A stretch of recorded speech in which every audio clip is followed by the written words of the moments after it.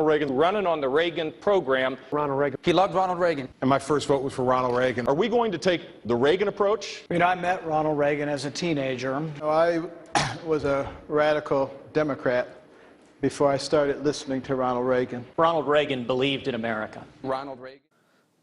Ever wondered why politicians loved Ronald Reagan so much? He was charismatic, strong, and followed strict morals. Well, most of the time. Elected in 1980, Reagan is heralded as the founder of the modern Republican Party, and his administration is remembered for its economic successes and righteous practices. However, when reflected upon, what you find in place of these fictionalized memories is proof of human misery and deceitful governing. Let's start at what Reagan faced when he entered the presidency. Following the Carter administration, people were reeling from the oil crisis and poor economy, and looking for a familiar and powerful face. Ronald Reagan fit this bill and quickly launched Reaganomics, a financial plan based on giving tax breaks to the wealthy and flowing the extra income to the lower classes. Wild growth on Wall Street led to the rise of a new upper middle class of young urban professionals, affectionately referred to as yuppies.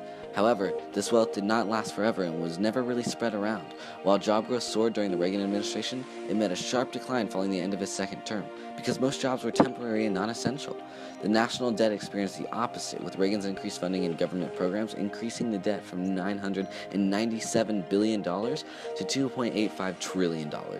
While expensive government programs experienced huge growth in the supposedly small government Reagan was enforcing, genuinely helpful programs were cut, including several health organizations that resulted in mentally ill citizens taking occupancy on the street with the rising homeless population.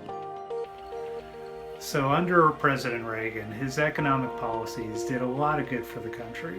Under his tenure, unemployment came way down, and the inflation rate and interest rate got under control.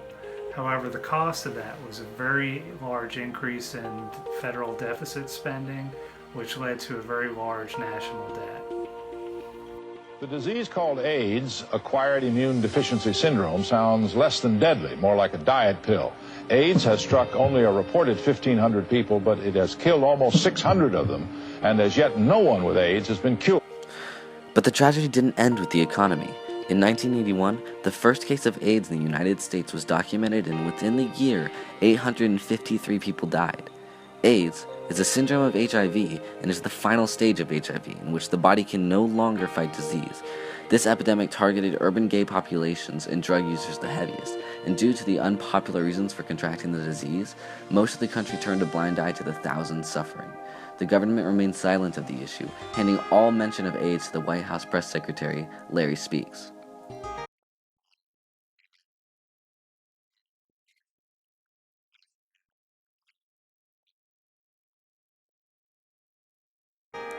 In fact, it wasn't until Rock Hudson's death in 1985, with almost 6,000 people dead and 300,000 exposed to the disease, that Reagan even made mention of AIDS, thanks also in part to pressure by celebrities like Elizabeth Taylor.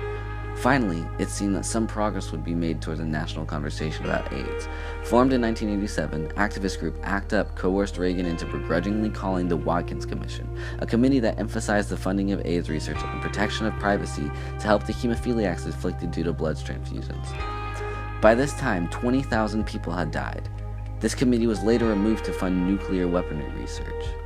However, in 1988, after 25,000 deaths, Surgeon General C. Everett Koop, an advocate for conservatism, defied the government's strict orders to keep the AIDS epidemic as quiet as possible and mailed a brochure to every household that explained the dire situation that the country was in. Reagan's slow reaction to this epidemic created unspeakable consequences. Now the race to catch up for the lost time has led to the deaths of 658,992 people worldwide. If the Reagan administration had actually worked to cure a disease they so lovingly called the gay plague, thousands of lives would be saved.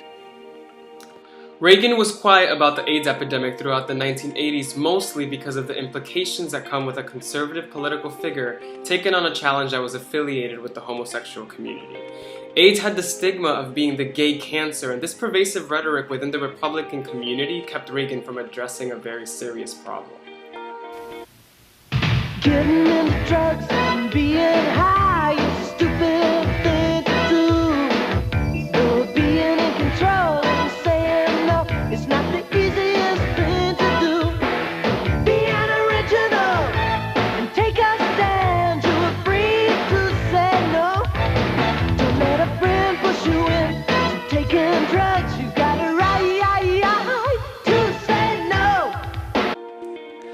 same time Reagan was ignoring AIDS, he was declaring a war on drugs. Started by Nixon in the 70s to target the anti-war left and black citizens, the drug war was rooted in isolationism and racism. During the Reagan administration, the fight was kicked into full gear with a zero-tolerance policy that was used specifically to attack inner-city neighborhoods. This policy led to a 790% increase in federal incarceration over the past 3.5 decades. The leaders of this fight includes Nancy Reagan, who focused her attention on her Just Say No program. Just Say No encouraged teenagers to stand up against peer pressure and decline drugs. Of course, at the same time, her own daughter, Patty Davis, was an avid drug user, and despite her mother's demand for punishment against addicts, Davis spent no time behind bars for her criminal activity. The administration also heralded programs like DARE, where the founders said things like casual drug users should be taken out and shot. Another response to this drug hysteria were laws designed to block syringe usage, an action that led to the rapid spread of AIDS as hospitals were barred from the necessary and sterile equipment they needed. Thousands of families suffered at the hands of a merciless government that refused to help those struggling with addiction. The war on drugs was nothing more than an outbreak of national hysteria designed to target minorities in America. Mr. Gorbachev, tear down this wall.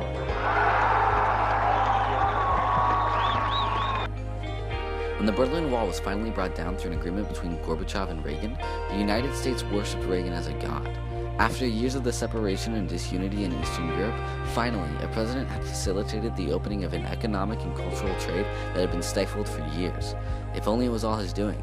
You see, even before Reagan, Gorbachev had been famous for taking revolutionary steps with the Soviet Union that could safely transition the Soviet population away from communism.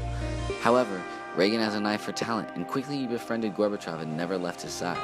After the removal of communism in Soviet Russia, instead of doing the right thing, Reagan took credit for the whole procedure. He was able to convince his adoring nation that it was all his doing, even swaying other political leaders like Margaret Thatcher in his favor. In reality, all Reagan did was make a few friends and then claim their work as his own. Reagan's attempts to stop communism lies on the Reagan Doctrine, ratified in 1985.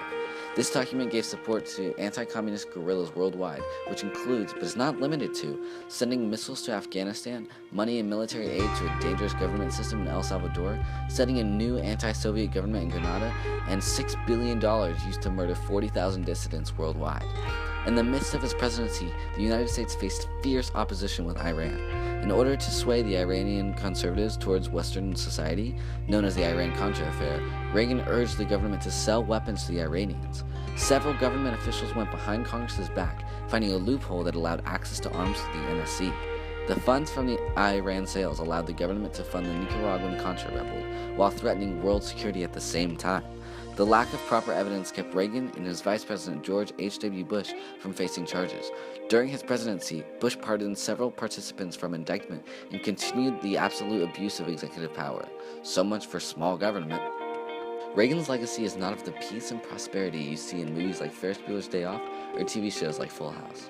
The 80s were full of tragedy and devastation, and by constantly looking over these facts and glamorizing the time period, America today is disrespecting the people who were hurt so badly by the Reagan administration.